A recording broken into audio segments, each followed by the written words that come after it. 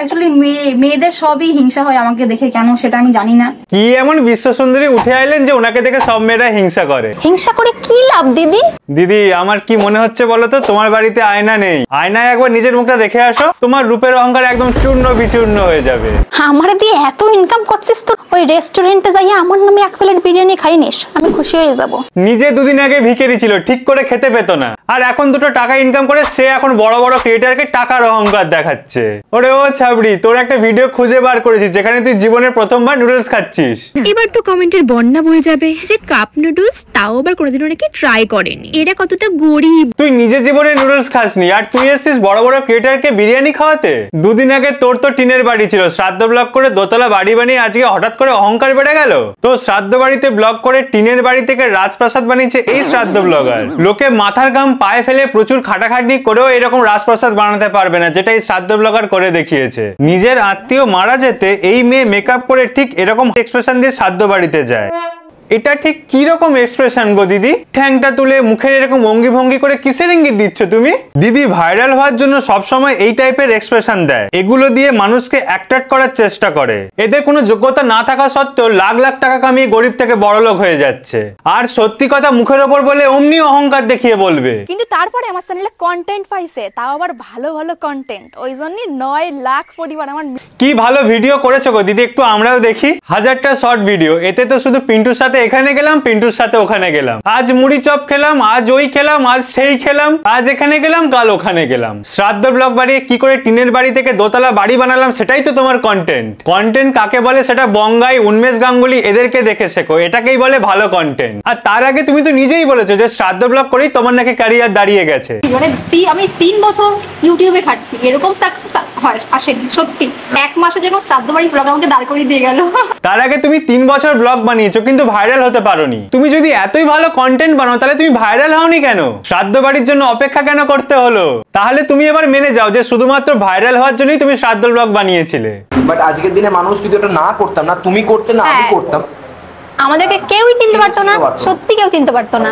এই তো তুইও সমর্থন করে বলে ফেলি যে শ্রাদ্ধ ব্লগ না করলে তোকে কেউ চিনতো না। এই ছেলেটা সৎ সাহস আছে, তাই সবকিছু স্বীকার করে নিয়ে নিজের মতো করে এখন ভালো ভিডিও বানায়। কিন্তু তুই বড্ড চালাক, তাই নিজের ভুল তো স্বীকার করিসনি, উল্টে এখন অন্য মানুষকে নিয়ে হাসি ঠাট্টা করিস। টাইটেলে লিখেছিস রোস্ট, কিন্তু বাংলা ভাষায় দুটো ভাট বগলে সেটা রোস্ট হয়ে যায় না দিদি? আর তোমার মতো দোগলা মানুষ আমি একটাও দেখিনি। সিনেবাবকে রিপ্লাই দিয়ে ভিডিও বানিয়েছো 15ই সেপ্টেম্বর, আর সেখানে তুমি বলেও দিয়েছি যে আমি ভুল করেছি শ্রাদ্ধ বাড়ি ব্লগটা করে, অবভিয়াসলি আমি বলেছি অনেকবারই সেটা।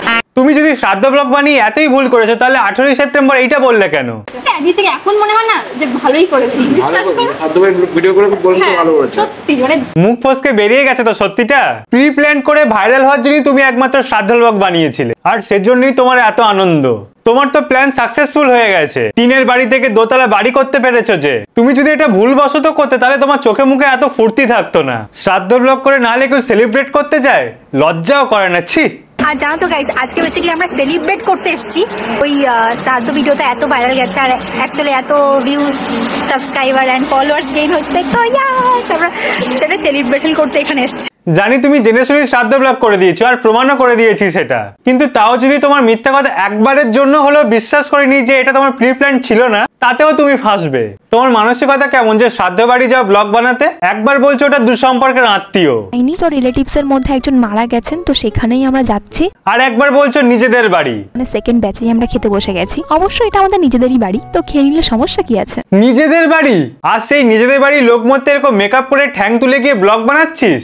নিজে এরকম শ্রাদ্ধ ব্লগ করে আবার সিনেমাকে গলাবাজি করে বলছে বডি শেম করছো। সেখানে বদ্দা তোমার কাছ থেকে কি শিখবো? বদ্দা আমরা ছোট ছোট বোন হই, তোমাদের কাছ থেকে কি শিখবো? তুমি একটু আমাদের শেখাও বদ্দা। মডেলিং পোজ মারতেছো, মুখের মধ্যে ফাউন্ডেশন দইলা, কোমরের মধ্যে হাত দিয়া, মাজা বাঁকা, পা দুটা ক্রস করে দাঁড়ায় একটু পোজ মারলে যদি মডেল হইতো না, তাহলে মৌনি রয় আর সমী রয় কি ব্যাপার হইতো? এই কথা শুনে সুমি দিদির রিয়াকশন দিলে তো বদ্দা হালকা করে বডি শেম করে। আর তুই পাটা এরকম করে বাঁকিয়ে কোমর হেলিয়ে মেকআপ করেছিস, আর সেটা সিনেবাব বলেছে বলে সেটা বডি শেমিং হয়ে গেল? তাহলে তুই একই ভিডিওতে সিনেবাবকে বডি শেমিং করেছিস। কবে শিখবে বদ্দা? দাড়ি তো পাকতে স্টার্ট করে গেছে, তোমার তো দাড়ি পাইকা গেছে বদ্দা। একটা সময়ের পর সবারই দাড়ি পাকে, আর সেটা ভগবান প্রদত্ত। আর সেটা নিয়ে তুই একটা ছেলেকে বারবার দাড়ি পাকা বলে বডি শেমিং করছিস। তোমার তো দাড়ি পাইকা গেছে বদ্দা। এবার তো একটু বোঝ, বয়স তো তোর আর কম হলো না, কলেজে তো কমপ্লিট হয়ে গেল, আর কবে বুঝবি তুই? গালাগালি, মা বাবা তুলে গালাগালি, বডি শেম করা, ওইসব এই চ্যানেলে আসবে না নে। আরে তুই নাকি নোংরা ওয়ার্ড বলিস না, তাহলে এটা কি?